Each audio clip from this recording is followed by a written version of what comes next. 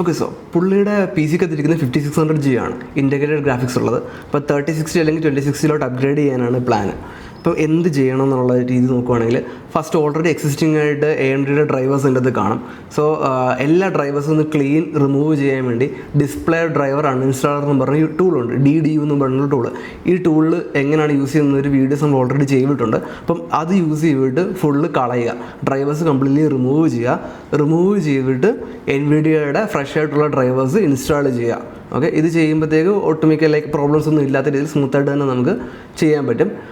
വേറൊരു എക്സ്ട്രാ നമുക്കൊരു ഇച്ചിരി പെർഫോമൻസ് കിട്ടാൻ വേണ്ടി നമുക്ക് ചെയ്യാമെന്ന് പറഞ്ഞു കഴിഞ്ഞാൽ ഈ കറൻലി വർക്ക് ചെയ്യുന്ന ഇൻറ്റഗ്രേറ്റഡ് ഗ്രാഫിക്സ് ഉണ്ടല്ലോ, 5600G ഇൻറ്റഗ്രേറ്റഡ് ഗ്രാഫിക്സ്, ഈ ഗ്രാഫിക്സ് നമുക്ക് ആക്ച്വലി ബയോസിൽ പോയി ഡിസേബിൾ ചെയ്യാൻ പറ്റും. അപ്പോൾ ബയോസിൽ പോയി ഡിസേബിൾ ചെയ്ത് കഴിഞ്ഞാൽ കുറച്ചും കൂടെ പെർഫോമൻസ് ഇച്ചിരി കൂടെ നമുക്ക് കിട്ടും ഈ 5600G. കാരണം ഇൻറ്റഗ്രേറ്റഡ് ഗ്രാഫിക്സ് നമ്മൾ യൂസ് ചെയ്യുന്നില്ല, നമ്മൾ ജസ്റ്റ് ഡെഡിക്കേറ്റഡ് മാത്രമാണ് യൂസ് ചെയ്യുന്നത്.